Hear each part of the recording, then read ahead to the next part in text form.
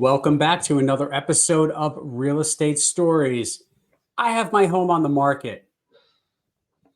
How do I know if it's priced properly? Like, what kind of clues are there? How long should it be on the market? What does that mean? Things are changing. I want to sell my house. I don't know what to do. That's what we're going to share with you today, guys. Hey, Mason. Hello. All right. So here's the deal, right? How do you know in any market if you've priced your home correctly?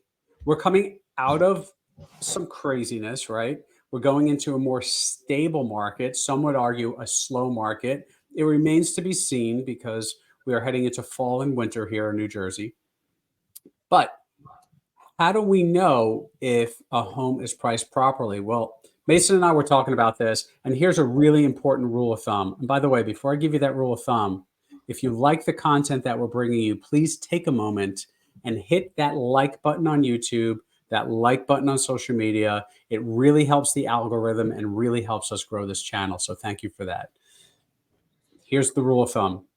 If your home has been on the market and you've had 10 showings and you have not received an offer, that is an indication that your home is probably priced too high.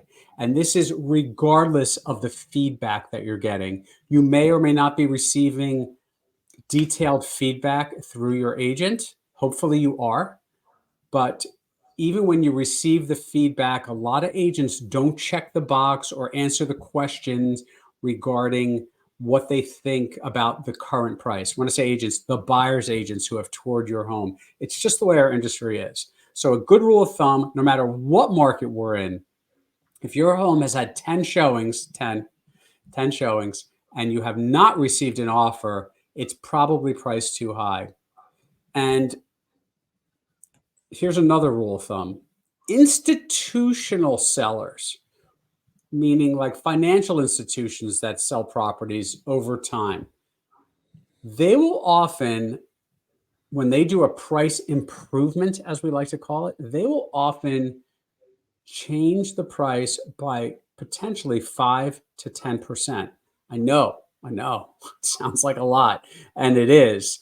But there's also different brackets, right? If you're a buyer, or if you're a seller right now watching this and you had purchased a home at some point, you know how like we all shop online, right? And we're using the apps on our phones and we're going to different websites and we're kind of scrolling through and we're setting our parameters. Well, there's no parameter for 529,000, right? You could probably shop for 500. You could probably, depending on the website, 525, 550, but they're not, usually it's not to the thousand, right?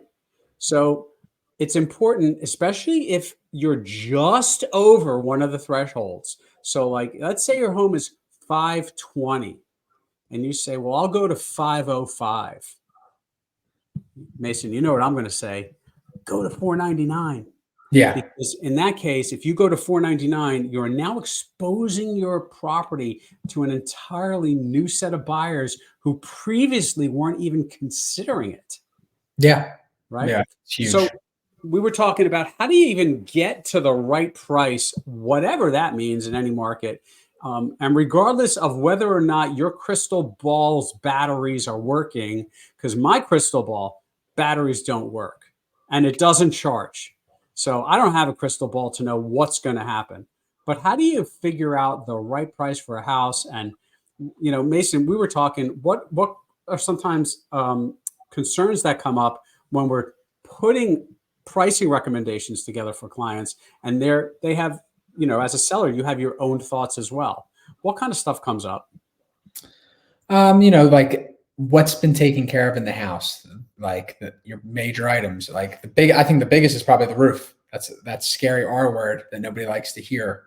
But that's probably the biggest. And then you have like an HVAC system, but yeah, those are like concerns. And most, I would say, and you probably could tell me too. I mean, I'd probably say about 75% of buyers usually ask that question if they like the house. How old's the roof?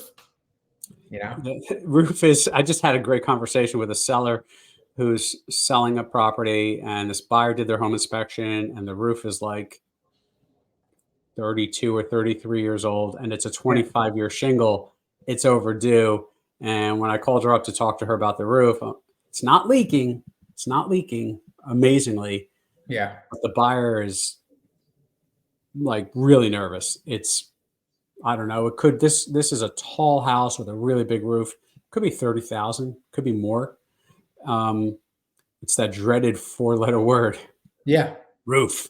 Right. Because look, the truth is nobody wants to make that improvement when you're getting ready to sell your house, because you're not going to reap any of the rewards theoretically. But then the buyer doesn't want to buy the house that needs a roof that first winter or even the second winter because they're scared of it. So it just becomes this, hey, what do you do? So I think what you were trying to get at was sometimes we speak with sellers and then, let's just pick a number. The house is a $500,000 house. All the data shows us it's $500,000. But then the seller says, well, last year I put in a new air conditioning condenser. 3 years ago, I put in a new hot water heater. 5 years ago, I put in a roof, or maybe 8 years ago. And when they add those numbers up, maybe, I don't know, let's just pick a number. It's $30,000. So in some cases, a seller might feel, well, my home's worth $30,000 more than the 500.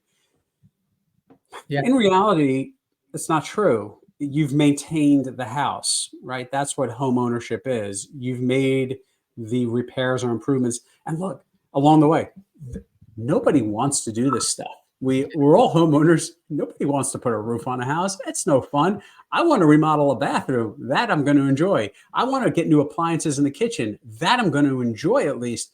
Remodeling, putting a new roof on or changing my heating system out. Yeah, my utility bills may go down a little bit. My house might be a little warmer in the winter and a little cooler in the summer.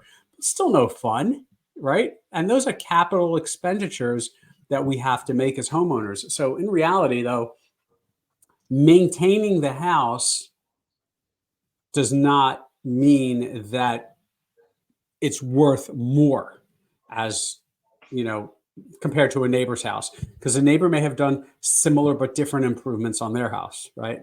Yeah. Yeah. It's tricky. And now more than ever, the data is so important of what's going on in the market right now.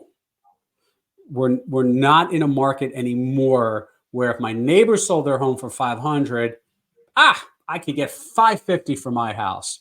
And we were trying that for a while, and it was working for a few years all over the place. And in hindsight, it was freaking crazy. But the market was supporting it. But ladies and gentlemen, the market is no longer supporting that, right? Yeah. But in our service area, we are finding the prices to be stable, and that's important.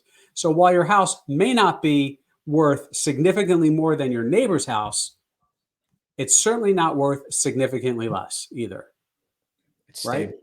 Yeah, it's definitely a stable market here where we serve as we record this video, right? Yeah, for sure. What else? That's it. That's the biggest things. Price improvements and, what improvements actually add value. Yeah. Just remember, guys, we don't make the market as real estate agents. We interpret the market, and that's important for us to understand. So if a home is sitting on the market, while we may have tried for a certain number based on data, we're not always right. You're not always right. And it's important for us to kind of adjust if the market is telling us otherwise. Hope that makes sense. Again, if you like this content, please take a moment and when you're watching us on YouTube, please hit that like button. We greatly appreciate it. We do read your comments. Thank you for watching. Thanks, guys.